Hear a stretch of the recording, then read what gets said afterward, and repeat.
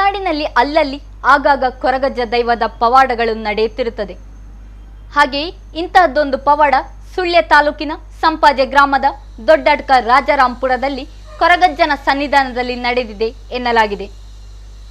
ಕಳೆದ ಶನಿವಾರ ರಾತ್ರಿ ಇಲ್ಲಿನ ಶ್ರೀ ಆದಿಬ್ರಹ್ಮ ಮೊಗೇರ್ಕಳ ದೇವಸ್ಥಾನದಲ್ಲಿ ಆದಿಬ್ರಹ್ಮ ಮೊಗೇರ್ಕಳ 40ನೇ ವರ್ಷದ ನೇಮೋತ್ಸವ ಮತ್ತು ಮಂತ್ರಮೂರ್ತಿ ಗುಳಿಗ ದೈವದ ಕೋಲ ನಡೆಯಿತು. ಭಾನುವಾರ ಬೆಳಗ್ಗೆ ಕೊರಗಜ್ಜನ ನೇಮೋತ್ಸವವು ನಡೆಯಿತು. ಇದರಲ್ಲಿ 11 ಹರಕೆ ಕೋಲ ಹಾಗೂ 1 ಕಾಲಾವಧಿ ಕೋಲ ಇತ್ತು.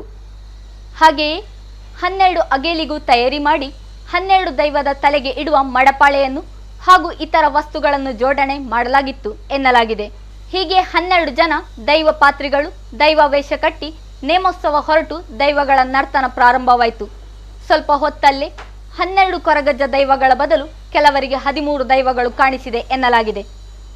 ಈ ದೈವದ ತಲೆಗೆ ಮಡಪಾಳೆ ಇರಲಿಲ್ಲ. ಮಡಪಾಳೆಯನ್ನು ದೈವವೇ ಕೇಳಿತು ಎನ್ನಲಾಗಿತ್ತು. ಮತ್ತೆ ಮಡಪಾಳೆಯನ್ನು ತಯಾರಿ ಮಾಡಿ ದೈವಕ್ಕೆ ಕೊಡಲಾಯಿತು. ಹೀಗೆ ಮಡಪಾಳೆ ತಯಾರಿ ಮಾಡಿ ಕೊಟ್ಟ ನಂತರ ಆ ಕೊರಗಜ್ಜ ದೈವ ಕುಣಿದಿದೆ ಎಂಬ ಸುದ್ದಿ ಹರಿದಾಡಿದೆ.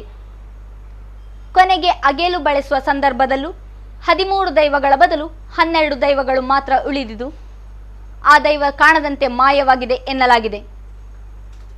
ಸಂದರ್ಭದಲ್ಲಿ ಭಕ್ತರು ಮತ್ತು ಸ್ಥಳೀಯ ಸಮಿತಿಯವರ ಮಧ್ಯೆ ದೈವಗಳ ಸಂಖ್ಯೆಗಳ ಬಗ್ಗೆ ಚರ್ಚೆಯಾಗಿದೆ.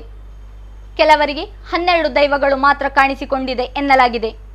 ಇನ್ನು ಕೆಲವರಿಗೆ 13 ದೈವಗಳು ಕಾಣಿಸಿಕೊಂಡಿವೆ. ಇದು ಭಕ್ತರ ಕುತೂಹಲಕ್ಕೆ ಕಾರಣವಾಗಿದೆ. ದೈವದ ಪವಾಡದಿಂದ ದೈವಸ್ಥಾನದ ಸಮಿತಿಯವರು ಜ್ಯೋತಿಷ್ಯರ ಮೊರೆ ಹೋಗಿದ್ದು ಪ್ರಶ್ನೆ ಚಿಂತನೆ ನಡೆಸಿದಾಗ ಸನ್ನಿಧಾನದಲ್ಲಿ ವಿಚಿತ್ರ ಪವಾಡಗಳು ಕಂಡುಬರುತ್ತಿದ್ದು ಸ್ಥಳದಲ್ಲಿಯೇ ಸೂಕ್ತ ಪ್ರಶ್ನೆ ಚಿಂತನೆಗೆ ನಡೆಸುವಂತೆ ಸೂಚಿಸಿದ್ದಾರೆ.